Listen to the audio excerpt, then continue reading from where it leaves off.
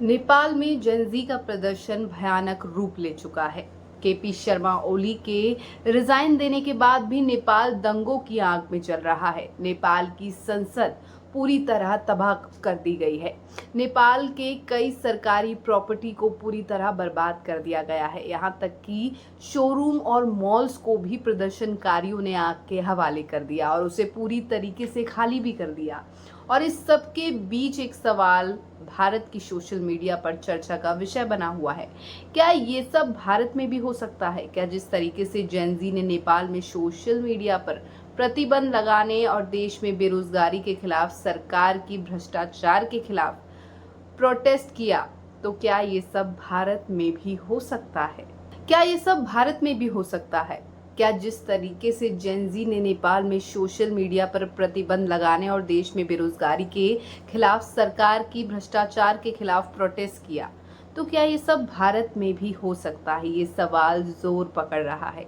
नेपाल में जितने भी पॉलिटिशियन थे, उनके बच्चे या तो विदेश में हायर एजुकेशन ले रहे थे, विदेश में नौकरी कर रहे थे, या फिर अय्याशी कर रहे थे। ये सब नेपाल के जेनजी का कहना है।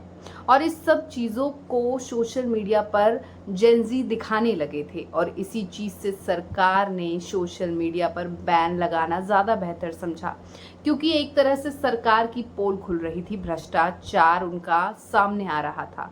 पर अगर हम बात करें भारत की, भारत में 2025 में कई आपदाएं आई, और अगर हम बात करें पेट्रोल में एथेनॉल मिलाने की, जिससे देश की आम जनता परेशान है, आम जनता की गाड़ियां खराब हो रही हैं, और पहाड़ों की आपदा में पेड़ का कटान भी हमने देखा। सोशल मीडिया पर कई ऐसी क्लिप्स आई जिसमें पेड़ों का कटान सामने आया। पंजाब में जो बाढ़ आई वो प्राकृतिक बाढ़ नहीं बल्कि मैन मेडेड तबाही बताई जा रही है। यानी कि उस बाढ़ को रोका जा सकता था। अगर उस बाढ़ को रोका नहीं जा सकता था तो शायद उस बाढ़ की जो तबाही है उसे कम किया जा सकता था।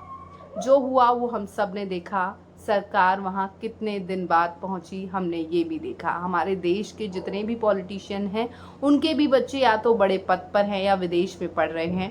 और अगर हमारे देश के सरकारी स्कूलों की हालत पर अगर हम बात करें तो यूपी में कई हजार स्कूल बंद कर दिए गए, माफ़ कीजिएगा, बंद कर दिए गए यूपी में कई सरकारी स्कूल।